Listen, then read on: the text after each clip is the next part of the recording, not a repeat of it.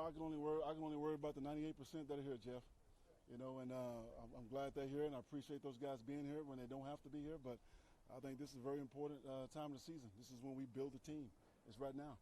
And I think it says something when you're here and you don't have to be here. Do you understand the other side of it? Some guys would rather do their own thing and feel like they get better work and all that kind of stuff. I just know in the 2 months that we have together, we're better off being with each other. That's my personal feeling. But like I say, you know, 98% of our guys are here, and I'm happy that they're here because they certainly don't have to be, but they're here. I mean, they get 3 months. They get 3.5 months to do their own thing, you know, between February, because I don't count January, from February to April 17th, and then from June 13th until July 22nd, you can do your own damn thing. But I say April 17th to June 13th, we have a really good turnout right now. Do you reach out to the guys who aren't here to talk to them? Or do you No, that's not my job to reach out to them. I may reach out to see how they're doing. You know, Melvin Ingram had a baby, so you know, congratulations, things like that. Get the information, send him a baby gift, but that's about it. Coach, with so many guys on the field during OTAs, where's the majority of your time spent? Whether with the young guys or some of the vets, where do you kind of focus your efforts? I focus my efforts early on just watching individual drills, just making sure that we're doing things that are practical, which our coaches do an outstanding job in our individual periods, and the players respond to it well. But I bounce around. You know, I got to know every position, so I'm everywhere, man. Coach, today was Bosa, first day coming back. Yeah. First day OTs. What's it like to have his energy in the locker room, and obviously out on the field? Well, I don't know what his energy is like in the locker room because I'm not in the locker room. That's the players' domain. I stay out of that locker room. But on the field, yeah, he brings it. You know, every single play, he brings it. Did any of those guys that you brought in the rookie minicamp jump out at all during those couple days you had? You know, it's hard in rookie minicamp because guys are learning what you're doing and they're not playing full speed. So I never evaluate. I never raise a guy or cut a guy in rookie minicamp. You know, it's just not the time and place to do that. I'll wait until they get to about the second, third week of training camp, to be honest with you. And then I think that's when you get a good feel for what the rookies can do. What about Nas? How is he? Oh, he's definitely made some plays and stood out, you know. He's got to learn how to protect his teammates. He can't be running through his guys like he did today. But that's part of the learning process. Has asked him to dial it back a little bit? Yes, and that's normal. It is normal. Is there any specific position group that you're looking at? Do you have your eyes on during this training camp? Like I said earlier, I'm looking at all the positions, but you know, wide receiver, I'm looking to see who's going to step up there. You know, I thought Octavius, you know, he was having a heck of a season for us last year before he got hurt, and he's picked up where he's left off. Definitely going to need someone to step up there after Travis. You know, yeah, Keenan, Mike, Travis, and then Octavius, and then a bunch of guys that have been around 1-2 years, and some young cats. So, yeah, looking at that group, looking at running backs, looking at the depth that we have at the running back position, offensive line, especially the tackles. You know, looking at those quarterbacks. We have 4 really good quarterbacks, I believe, in camp.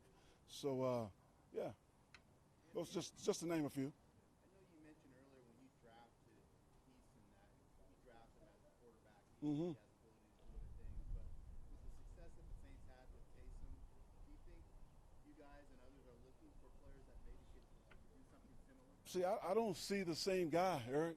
You know, I see the Saints quarterback. He's 6'3", 230, 4'3". You know, my guy's 5'11", 190 pounds, 4'6". I don't see the same guy. You know, but can he create? Yeah, he can create. He can do some things like that. But right now, we're just trying to teach him how to be an NFL quarterback. So not necessarily going to be a personal protector or guy that's going to be a core special teams player? No, for some reason, I can't see him picking up a linebacker coming down the middle, you know, on punt team. I just can't see that. But in terms of guys that can do that, though, is that an advantage for teams to be able to have a guy on the line? Oh, absolutely, absolutely. Because of the things that you can do with those guys on special teams with fakes. If they're holders, if they're personal protectors, you can do a lot more things. Cordell was kind of the first slash. Do you see other teams maybe looking for another person that could be a slash that can play quarterback and maybe do other things like that? You know, those guys are rare. You know, if you can find one, it certainly can help your roster. But they're rare. They're hard to find. Anthony, you kind of talked about this, almost like building a house, setting the tone. Yeah. How much of that is culture for these young guys, and how do you teach them to be a pro? How do you teach them the culture? Well, like I say, I like it. I coach the veterans to coach the younger guys And I think the veterans can teach them quicker than a coach can. Surely we can give them advice. We can help them out along the way. But I like our veteran locker room. Our players, like I said today, they were doing an outstanding job of pulling guys aside and just coaching them up on how we practice and how we do things. And that's where I like to see it come from. Because at the end of the day, we're going to go as far as they take us. And they have to understand this is their team, so you got to give them some ownership of that. And I like what they've done with it. What do you think the players will learn better from the veterans and the coaches? Well, I mean, everything. I mean, how to be a pro, our concepts. They speak their language, bro. I'm 50 years old. I mean, you know, so if I got Melvin Gordon over here talking to my young back, I think that's a big difference. Yeah. Is that when you were playing? Do you feel that more that you learn more from a veteran? It was no doubt in my mind, and coaches understood that as well. You know, that's why at the end of my career I became like a player coach. I coached a lot of guys that came in to replace me. You know, but that's just, and you see it here. You see guys competing, but at the same time, they're playing the same position. Yeah. So a veteran guy, I mean, I think that says a lot about our team and our locker room when you're coaching guys that are trying to replace you. Anthony, I know it's early, but Forrest was working left Who was? guard today. Forrest Lamb Yeah. was working left guard. Is that just kind of part of the process to kind of move him around and see where he might fit in? Well, we have a pretty good idea where he fits in. I mean, I want to get him comfortable at both guard spots and then even get him some tackle reps later on, because he played tackle in college, and he needed some more versatility on the line anyway. It's hard to take a one position guy, you know, to the game if you're not the starter.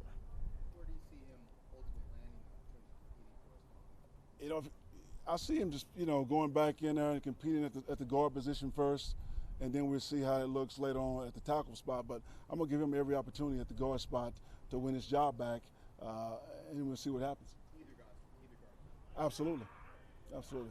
Anthony, Hunter Henry's been around for the whole offseason, so Yep. for him mentally to get through his first OTA after what happened last week, things will take an instant step for him. You know, he looked good today. I don't think Hunter's thinking about what happened to him last year. You know, he had a lot of time to think about that. He's 100%. He's back on the field. He looked good today. It was just good to see him running around with that first unit. Coach, in kind of back to the rookies, having the veterans kind of coach up the rookies, the opposite is also true, is to sort of empower those veterans as well and kind of bring more cohesiveness. You know, I think at some point you do have to empower your veterans a little bit. I pick and choose when I do that, but I think when you do it with guys like we have in this locker room, I mean, they take those rookies aside and they work with them, and I think they just grow and develop a little faster. That's all. Our coaches do a heck of a job of preparing these guys and meeting with these guys, and we're there for them for any type of advice. But I still go back to we'll coach the players to coach the rookies, and that's just what I believe in. Anthony, we're doing something on head coaches and first jobs. I think your first job was in construction, if I remember our conversation. Yeah. Can you talk about that a little bit, what your first job was like? You know, at 13 years old, I started working full-time construction, and I just fell in love with it. You know, this was my summer job, and then it ended up being my spring break job. You know, and by the time I was a junior in high school, I was a foreman of the company. I had 16 employees underneath me, and by the time I was a senior in high school, I was taking ladies but most of the time it was just ladies to design centers and picking out things for their homes. And at first it started out me just taking them, and then I started helping them pick things out. Then I became the person to do it. And I actually went to Texas Tech as a fashion interior designer for a little while before I changed majors. But I just have a passion for it. I grew up with it. I just like creating things and using my imagination. And a lot of it is very similar to what we do in football. Do you do that at all? I know that you don't have a lot of time on the side. But I used to, but now that I'm coaching, I don't have time to get into. I used to flip homes. I used to build homes on the side, but I was playing then. But coaching, that's another story. You don't have the hours to do things like that. 13-year-old, what were you doing as a construction? Well, I started out in the labor side. You know, I was walking the yards and cleaning everything up and toting sheetrock everywhere. And I kind of gradually grew into sheetrock, 2x4s, 2x6s, and then designing a little bit. Yeah. Houses, yes. Yeah. Is it tougher to build that or build an NFL team? You know, you don't have to deal with all the different personalities when you're building houses, you know. So I would definitely say an NFL team. So you had a chance a couple weeks ago to work on your golf game. You guys have a golf tournament tomorrow. Are you challenging? You got any challenges out there for your players? No, you know, I love the game of golf, and I play it every chance I get in the off season, which is not very often. but I'm in no position to be challenging anybody on the golf course. Short Yeah. or long game? What's your strength? You know, long game when it's straight. All right, So, thanks, Coach. all right, guys.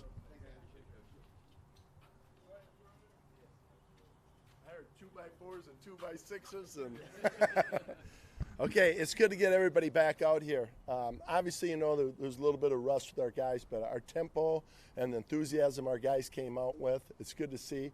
And plus all the personalities, you know, with the rookies and then a guy like Thomas Davis coming in, just meshing those personalities. But a good first start, too.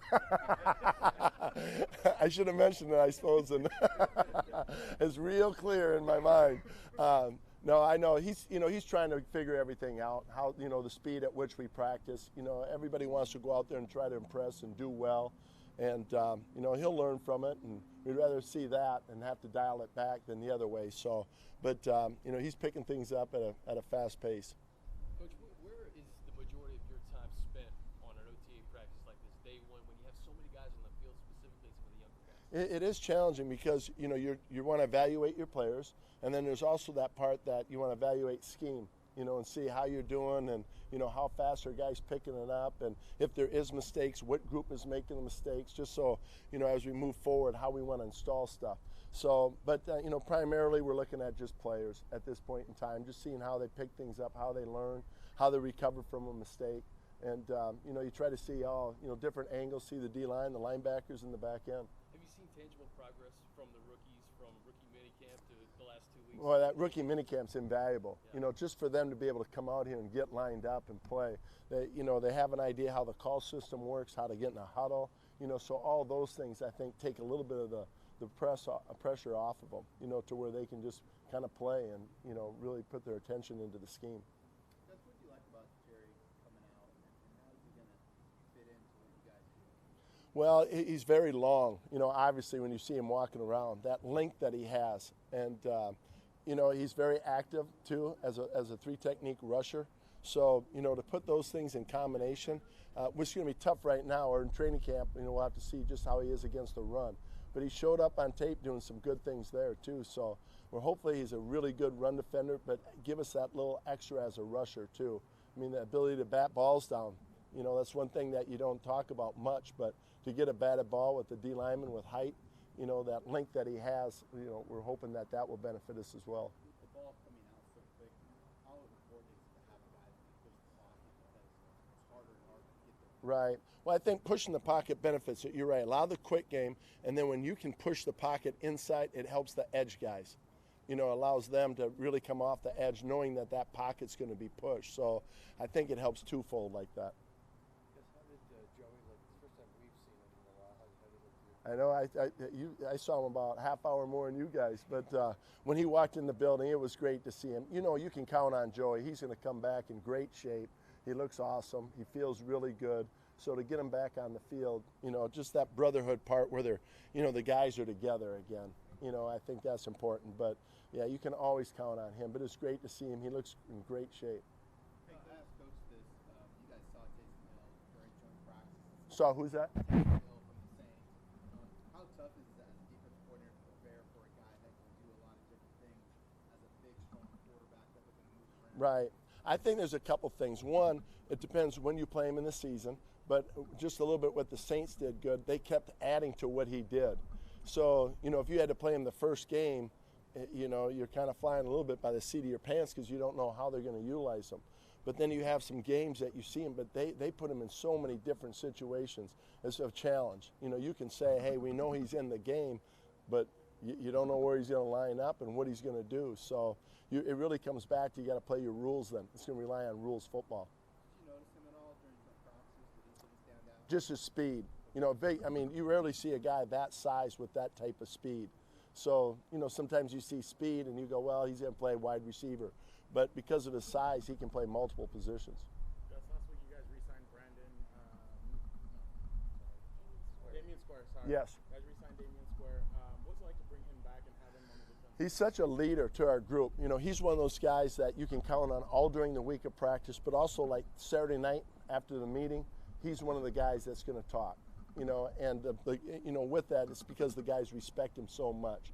So that ability, you know, and it's not about him. When he's out here, he'll help those guys. Artillery, you know, JJ, he's very much into helping those guys develop, and he knows how important they are. So just a tremendous team player as well as talented player for us. How do you feel like he's grown from your time being here till now? Well, all I've seen is just unbelievable respect for him. I know that then when he first initially got here, there was a growing period, it sounds like, but you know, since I've been here, he's been unbelievable. And that growing period, that's what everybody goes through. But I think where he stepped up his game is just his leadership. Speaking of Tillery and the other rookies, you want to dial them back so they don't injure your players. I get that. But when do you want to see that aggressiveness? When do you want to see that toughness come out of them to make you know and believe that there are a player in this league? That's the same question I asked. No, I mean, it is. He's learning the position, and there's going to be some plays that he makes out there where he forgets where he's at and, you know, the tempo of the practice. So, I mean, we'll get that dialed back. But you're right, that aggressiveness, I mean, there's no doubt we're going to look at the play and see his acceleration. You know, we'll say, yeah, we got to talk to him. He can't do that. It's about protecting the team. Now let's take a stronger look at it and see him run, and let's see him come out of his break and the acceleration. So we'll evaluate that play, but you know, it is first and foremost we got to protect each other. Right now, rookies jump out there. You know, obviously Nas, you know, showed up pretty good. I'd say overall, like Drew Tranquil, I thought he really showed up. You know, just the ability. I mean, he's calling the whole defense, and just his intellect is sharp. And then not only to be able to line up, but also to execute the techniques. Sometimes you can call it and get lined up, but to also where we're saying, hey, that's exactly how we taught it. I thought he picked up on it pretty quick. He's a guy that we're starting off at Mike right now, but he might be a guy that gives us that versatility. You know, Coach Smith does a great job having those guys learn all three spots. Jerry right now obviously can't practice until training camp, but what's it for him to be walking around listening to what the defensive line is calling and all that stuff? How is that for his growth, and do you think it's a negative for him not to be able to be out there? Well, it is, but you know, we have a saying, you know, I think everybody's probably heard it, that be anxious for nothing. You know, where he wants to be, I want it to be training camp. I wish it was training camp so I could get out there and play. And it's more like, okay, well, it's not. So don't miss today. You know, just get everything you can. You can learn so much. And if you take advantage of this time period right now, the game will slow down for you. So that's the challenge he's in. Did you see any similarities between Easton and Taysom? You probably watched more than a lot of people from your alma mater. Yeah, I watched a little bit. I don't know, you know, and still, you know, it's really from training camp when we went against him. So I don't know exactly everything they did with him during the season. But, you know, so it's hard for me to compare, you know, what our offense plans on. Can you just talk about Easton as an athlete? Well, I know just, you know, knowing people up there, the tremendous respect for him. I mean, I think, you know, when we drafted him, multiple texts from people in Fargo, just, I mean, you can tell there is a passionate love for him, you know, as a person and what he brings, and just how he was good in the community, how he's good to younger players, how he was good to young kids in the community.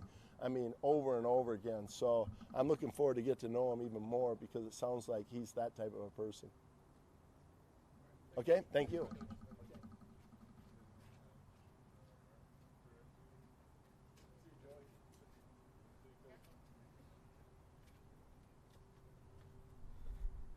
Hello. Back to 97. Yeah.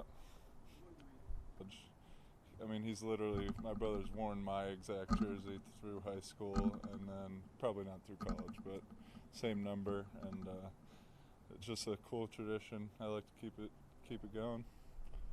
What was it like to see your brother get drafted? Yeah, it was unbelievable. The whole experience was great, being out there with everybody. It doesn't really hit you until you're in that moment and you're giving him a hug, and you can't believe how far we've both come, and just so thankful to have parents like we do, and to be all together embracing in that moment was, I mean, there's not many times in your life that you feel like that.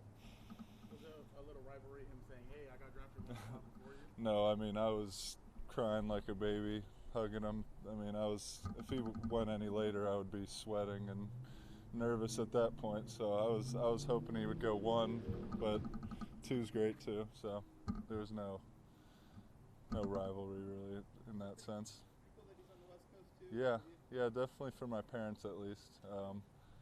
And there's a few times this year that our schedules kind of match up. He plays the Rams, I believe, when we're home, which is nice, so I'll get to see him. And, my parents having to fly from east to west and then back to east for one of his games would be a pain in the butt. But, yeah, whatever. What's it, like a 6.5 hour drive? Not bad. Not that I'll ever make the drive, but if I could, it's close enough. George, for you, what was it like to be back on the field? Not only to reacquainted with your teammates, but to meet some new guys. Yeah, it's good. It takes me a while to learn names, so I'm just trying to go straight to them and introduce myself right away. But just being back out is great. There's nothing like really playing football, and I'm going to feel it a bit tomorrow, of course, but just to be able to rush a little bit and run around with your teammates is always great. And it's always great to see all the coaches and everybody. What's the best lesson you had for the younger guys? I mean, anything they have to ask me, I'm there. I'm open. They came to me with a few technique things today. I can't really pinpoint. One thing. I guess a good thing to tell them is to ask questions and look to an older guy if they're unsure about anything. If they have any questions, don't be quiet about it. Make sure you ask, and I'll always give. To the best of my ability, I'll give them an answer. What was something that you wanted to learn, that you were eager to learn as you were coming into the league? I just wanted to continue on with my skill set and pass rush, and kind of work with some of the best guys in the world at what they do. I kind of got thrown right in the number one mix right away, so I had to adapt pretty quick. But I think watching guys and see how they go about their day and routine and stuff like that is really important to find out when you're a young guy. Joe, you've always been fit. You look really fit. Thanks. It's probably just the haircut. Did you work on more nutrition, more speed, more size? I think it's just been a process for the past 3 years, past 4 years.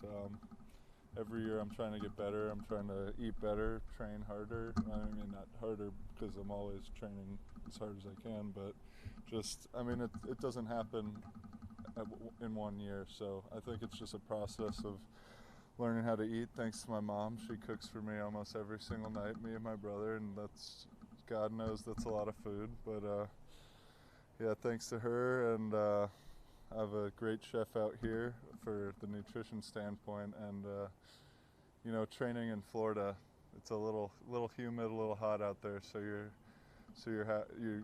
going to be sweating, you're going to be losing weight, but I think I'm in a good spot right now. I'm about the same weight as I usually am, but just trying to stay lean, it's not really I wouldn't say it's a focus or anything. It just kind of happens with the way I carry myself. This is still voluntary phase. So you don't have to be here. Yeah.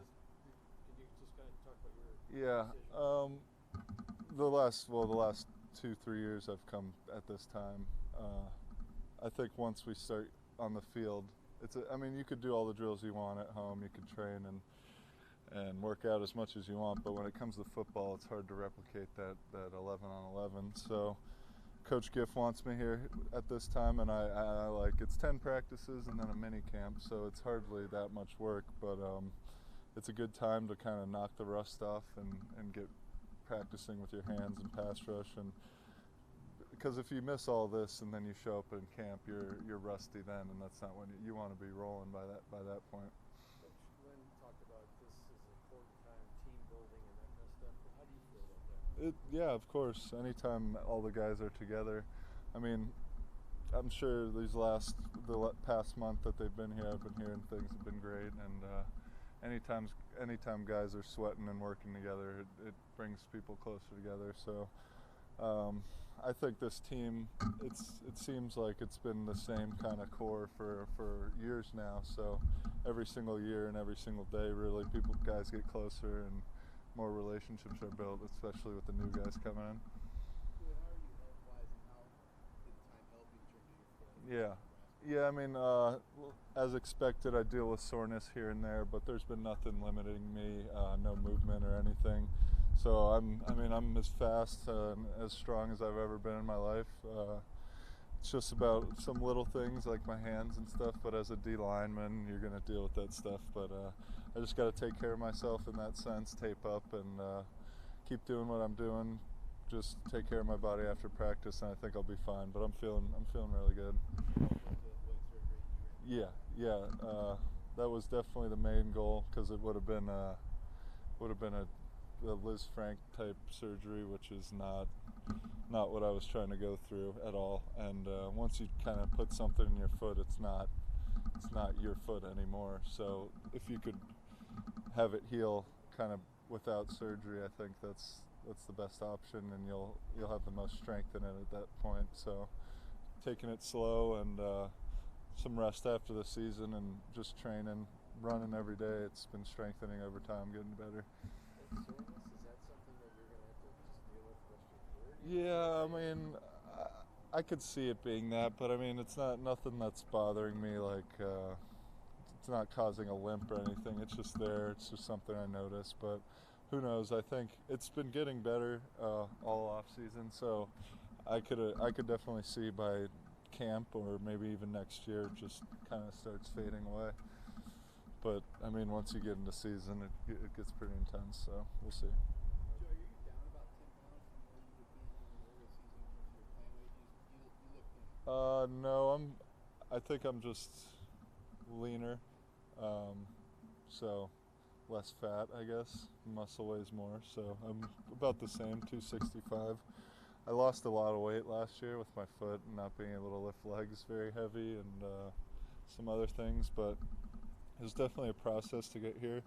But I've been eating so much lately, and when you're sweating like you do out in Florida, it's a good combination. So no, I think and this time of year during OTAs is there's a lot of food around here. I don't sweat nearly as much as I do when I'm at home. So I usually last year I put on too much weight, but I'll probably put on 5 or so pounds, which will fall right off during the summer. 270 is kind of Yeah, 270, 268. Yeah, I'm around there now. The final season of the Game of Thrones. Yeah. What was that experience like being out there and being on the show? It was great. It was a lot of work. It was freezing cold in Belfast in the middle of the night, so I wish I could have gotten a little more airtime. I don't know if anybody saw that picture, but which I still don't 100% know if it was me or not, but I'm going to go with it. But of course Aaron Rodgers gets a whole 5 seconds of him getting blown up. But maybe if it just timed up differently with not the darkest episode ever made in TV history, it could have seen me a little better. But you know what? I love the writers. They're great guys, so I'm just going to keep my opinions to myself. Thanks for having me out there, and yeah. Any other show you like to do a cameo on? You know what? I'm good with that. I mean, if it's going to end up me being in the background of, my head for 0.3 seconds, I'd rather just sit that one out. You asked for it, but I'm sure you can get a bigger role. Yeah. I'm not the acting type, I don't think.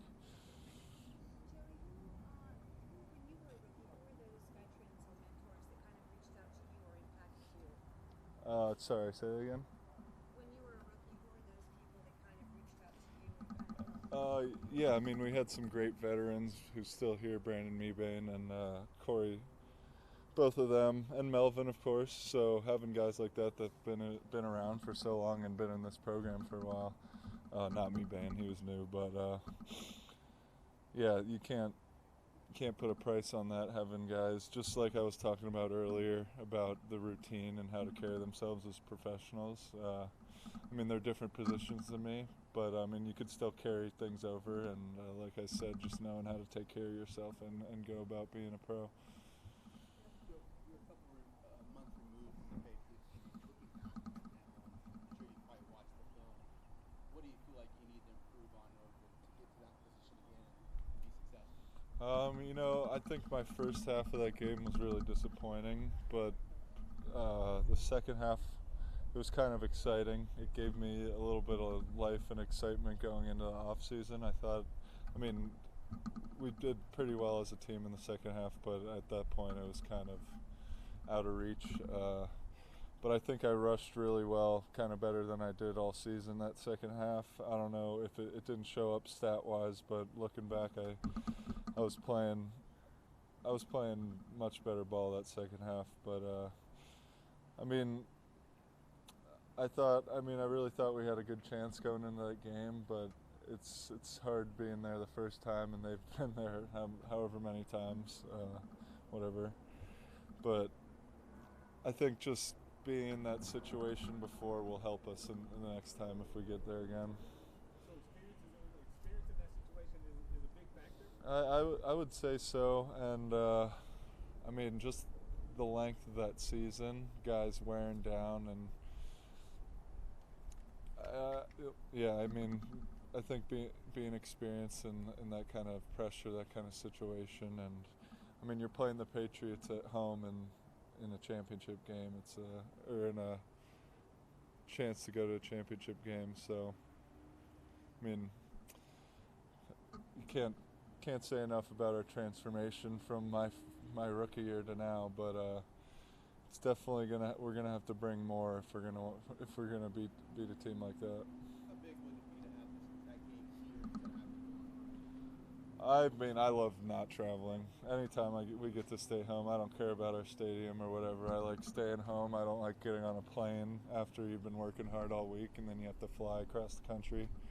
I'll take a home game all day, any day. I don't care if it's the other team packing the stadium or not. But yeah, I think it could have been an advantage. I'm not going to make an excuse like that makes the difference there, but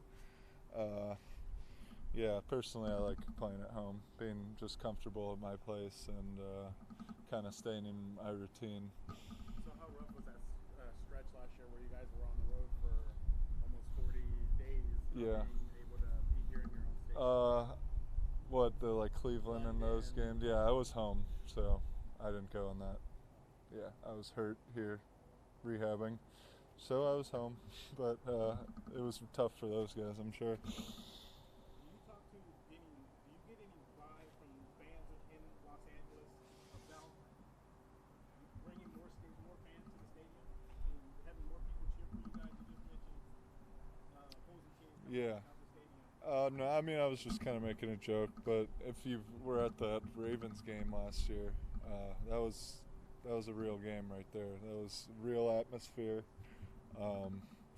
And I feel like it'll carry over.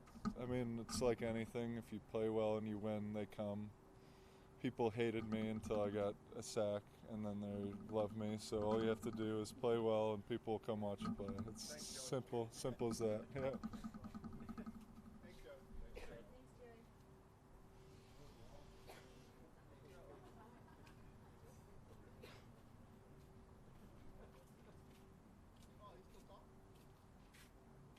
What's up? Austin is a meeting, so I gotta respect. What's up? If you want to know something, let me know. How's the offseason been for you? It's been great. Fan that Yeah, I've always enjoyed working, like recording my workouts, and I've done it. I did it in college, and I just like to watch myself and just post them on my social media page. And so I was like, I step it up a little bit. And I was over in Australia with one of my old teammates who manages a gym.